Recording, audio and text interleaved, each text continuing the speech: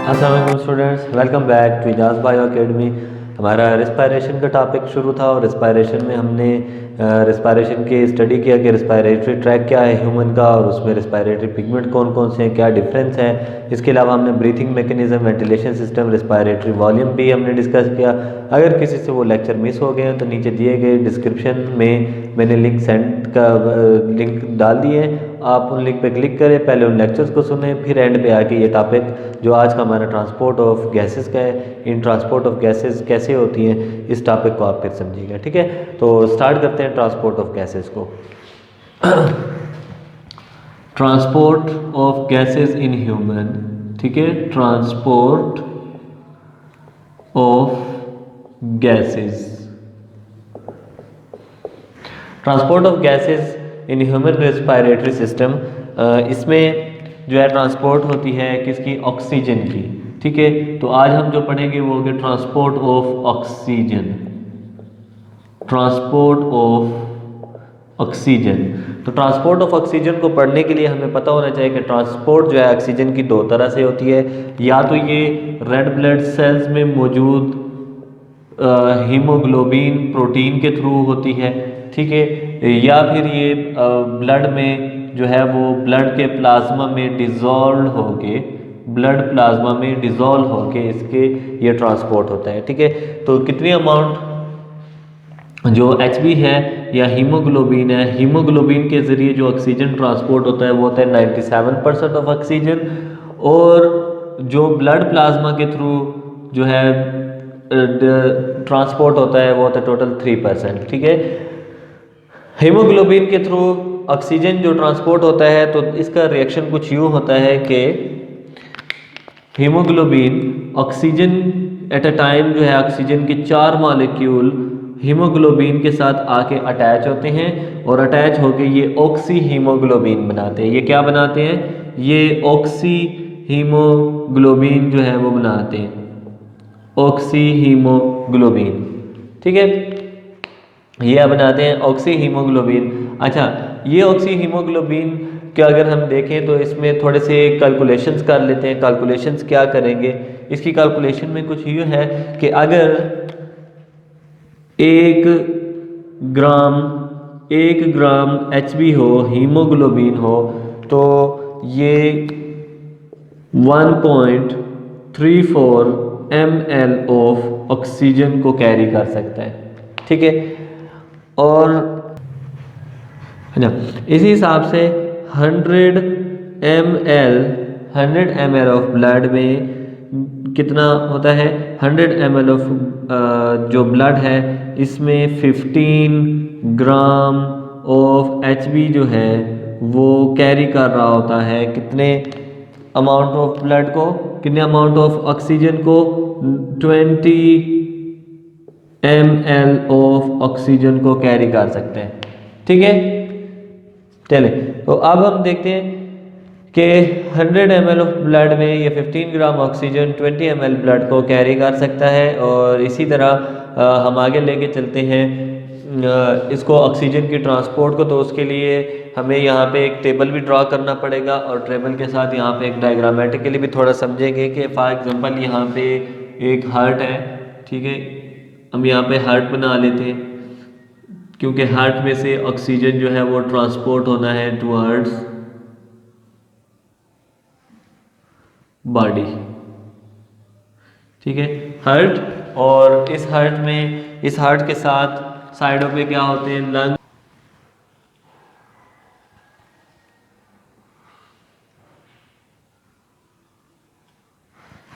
तो हमने lungs draw कर दिए। अच्छा, लंग्स में इसके अलावा फॉर एग्जांपल नीचे हम बॉडी है पूरी। ठीक है, ये क्या होगी, ये होगी बॉडी। ठीक है, बॉडी में जो है वो ब्लड आएगा। हम सपोज कर लेते हैं कि बॉडी में अभी ब्लड से ट्रांसपोर्ट होगी। यहाँ पे हम एक टेबल ड्रा कर लेते हैं। ठीक है, इसमें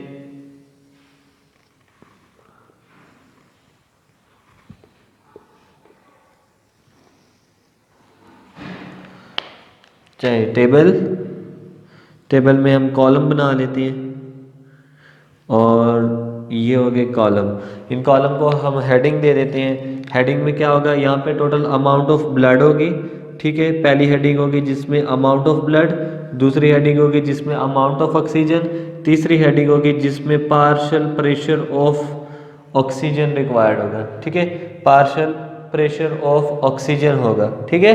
तो ब्लड है। अगर आइडियल कंडीशन क्या होगी, आइडियल कंडीशन ये होती है कि 100 ml ऑफ ब्लड में जब 20 ml ऑफ ऑक्सीजन हो तो इसमें पार्शियल, इसको कितना प्रेशर चाहिए होता है, पार्शियल प्रेशर, इसको 100% पार्शियल प्रेशर जो है वो 100 milli mercury partial pressure of oxygen चाहिए होता है ये कंडीशन अचीव करने के लिए। तो तब हम कहते हैं कि परसेंटेज जो सैचुरेशन है ब्लड की वो क्या है, वो 100% है। तब ये आइडियल कंडीशन में क्या होगा, 100% सैचुरेशन होगी इसकी, ठीक है।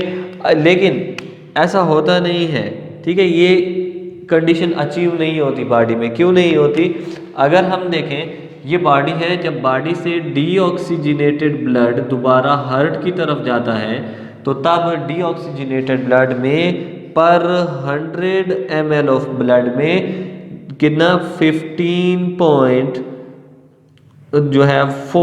ml ऑफ ऑक्सीजन होता है और इसकी सैचुरेशन जो होती है वो होती है 75। पार्शियल प्रेशर इसको चाहिए होता है 40 मिली मरकरी पार्शियल प्रेशर इसको चाहिए होता है ये कंडीशन अचीव करने के लिए, और तब ये 75% सैचुरेटेड होता है, ठीक है।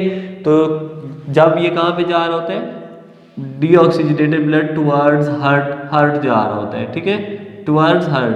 जब ये हार्ट में चला जाता है, अब हार्ट से ब्लड क्या होता है, हार्ट से ब्लड जो है वो यूँ आता है, ठीक है, और वेंट्रिकल से ये कहाँ पे जाता है, वेंट्रिकल से निकल के pulmonary trunk and then deoxygenated blood deposit होता है इनटू लंग्स। यहाँ पे भी ये किस में डिपॉजिट होगा, लंग्स में डिपॉजिट होगा, ठीक है। लेकिन इसकी सैचुरेशन क्या है, इसकी सैचुरेशन है 75%, 40 mmg का इसका प्रेशर है और साथ में ये 15.4 ml ऑफ ऑक्सीजन को कैरी किए हुए हैं, ठीक है। अब नेक्स्ट कंडीशन क्या होगी, नेक्स्ट कंडीशन ये है, होना तो ये चाहिए था कि जब यहाँ पे ऑक्सीजन या डीऑक्सीजनेटेड ब्लड आया और ये ऑक्सीजन कैरी कर रहा है तो कंडीशन ये वाली बननी थी, ये वाली बननी चाहिए, लेकिन ये वाली कंडीशन नहीं बनती। ये वाली कंडीशन क्यों नहीं बनती, इसको थोड़ा सा देखते हैं कि जो लंग्स होते हैं, लंग्स में जो रिस्पायरेटरी सरफेस है जिसको हम एल्वियोलाई कहते हैं, इस एल्वियोलाई में क्या मौजूद होते हैं, इस एल्वियोलाई में मौजूद होते हैं कैपिलरी बेड्स होते हैं, ठीक है। इसमें आर्टरियोल्स भी होते हैं और इसी में यहाँ पे वेन्यूल्स भी मौजूद होते हैं, ठीक है। जो वेन्यूल्स हैं ये लेके आ रहे होते हैं कार्बन डाइऑक्साइड, एट्रियोल लेके आ रहे होते हैं ऑक्सीजन। तो ऑक्सीजन और कार्बन डाइऑक्साइड का यहाँ पे मिक्सचर होता है आपस में, और इस मिक्सचर की वजह से ये जो सिचुएशन है, आइडियल कंडीशन है, ये कंप्रोमाइज हो जाती है। इस वजह से जब ऑक्सीजन निकल कर दोबारा हार्ट की तरफ जाता है और हार्ट से दोबारा ये बॉडी की तरफ निकलता है, तब पर 100 ml ऑफ ब्लड में 19.4 ml ऑफ ऑक्सीजन होता है और इस वक्त इसका प्रेशर जो होता है वो 95 मिली मरकरी प्रेशर होता है और इसकी सैचुरेशन कितनी होती है, 97% ये सैचुरेटेड होता है। कितने परसेंट, 97% सैचुरेटेड होता है। तो ये कंडीशन आपको समझ आ गई कि ये एक नॉर्मल कंडीशन में, किसमें, नॉर्मल कंडीशन में, नॉर्मल हालत में ये जो है अमाउंट ऑफ ऑक्सीजन और सैचुरेशन ऑफ ब्लड जो है हमें हमारे या ह्यूमन रिस्पायरेटरी सिस्टम में होती है या ह्यूमन सर्कुलेटरी सिस्टम में। क्लियर है ट्रांसपोर्ट ऑफ ऑक्सीजन के हवाले से। अब एक और चीज़ यहाँ पे डिस्कस करेंगे, कैलकुलेशन करेंगे, और वो कैलकुलेशन क्या है कि अब टिश्यू में क्या होगा। देखें यहाँ बॉडी है, बॉडी में यहाँ पे देखें जब ऑक्सीजनेटेड ब्लड आया तो ऑक्सीजनेटेड ब्लड में 19.4 ml ब्लड है।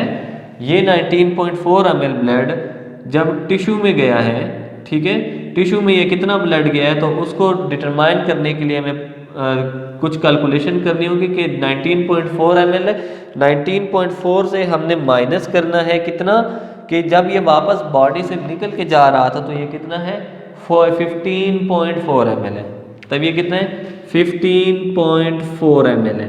तो इसका मतलब है कि अगर हम 19.4 ml से 15 ml वापस भेज रहे हैं तो टोटल रिमेनिंग अमाउंट जो होगी, जो कि है 5 ml of oxygen, 5 ml of oxygen ये डिपॉजिट हुआ है टिश्यू में। ये कितना डिपॉजिट हुआ है टिश्यू में, इतना डिपॉजिट हुआ है, ठीक है, या इतना यूटिलाइज किया है टिश्यू ने। बाकी रेस्ट ऑफ द ऑक्सीजन को दोबारा कार्बन डाइऑक्साइड को एक्सहेल करते वक्त एक्सहेल कर दिया गया, ठीक, ये क्लियर है, ये नॉर्मल कंडीशन थी। अब आते एक्सरसाइज कंडीशन में, जब कोई हार्ड वर्क हो रहा होता है, हार्ड काम हो रहा होता है, तो तब एक्सरसाइज कंडीशन में जब डीऑक्सीजनेटेड ब्लड दोबारा हार्ट की तरफ मूव करता है तो तब इस ब्लड में 100 ml ऑफ ब्लड में 4.4 ml ऑफ ऑक्सीजन होता है, और इसको पार्शियल प्रेशर उस वक्त इसका होता है 18 मिलीमीटर, इसका पार्शियल प्रेशर होता है, और 20% ये सेचुरेटेड ब्लड होता है। ये कितना परसेंट सेचुरेटेड होता है 20%, ठीक है। तो 100 ml में 4.4 ml है और 18 मिली मर्करी इसका प्रेशर है, जबकि जो 20, ठीक है, 20% इसकी सेचुरेशन है। अब इसको ज़रा काउंट करते हैं, इसको काउंट करते हैं तो तब ऑक्सीजन कितना यूटिलाइज हुआ है, गौर से सुनेगा, ठीक है। तो गौर से सब सुने, तो इसमें जब बॉडी को ब्लड आ रहा था तो 19.4 ml था उसमें ऑक्सीजन, लेकिन एक्सरसाइज के दौरान जब ब्लड से ये वापस गया है, बॉडी से ये वापस गया है, तो तब इसमें 4.4 ml ऑफ ऑक्सीजन था, जो कि rest of the carbon dioxide के साथ एक्सहेल हुआ। अब दोनों को माइनस किया तो हमें क्या मिला 5 ml ऑफ ऑक्सीजन, जो कि यूटिलाइज हुआ है किस में, टिश्यू में, ड्यूरिंग एक्सरसाइज और any hard work, during exercise या एनी हार्ड वर्क जो है ये डिलीवर हुआ है। क्लियर है? तो ये कंसेप्ट है ट्रांसपोर्ट ऑफ ऑक्सीजन का और उसकी कैलकुलेशंस हैं। होप सो कि आपको इजीली समझ आए होंगे। अगर नहीं समझ आए तो इस लेक्चर को दोबारा सुने, नीचे कमेंट करें ताकि हम आपको मज़ीद आसान तरीके से इसको समझा सकें। नेक्स्ट टॉपिक जो है वो ट्रांसपोर्ट ऑफ कार्बन डाइऑक्साइड है। आप इसको समझिए, तब तक हम उस लेक्चर की वीडियो जो है आप तक पहुंचाते हैं। ठीक है, तो तब तक के लिए अल्लाह हाफ़िज़।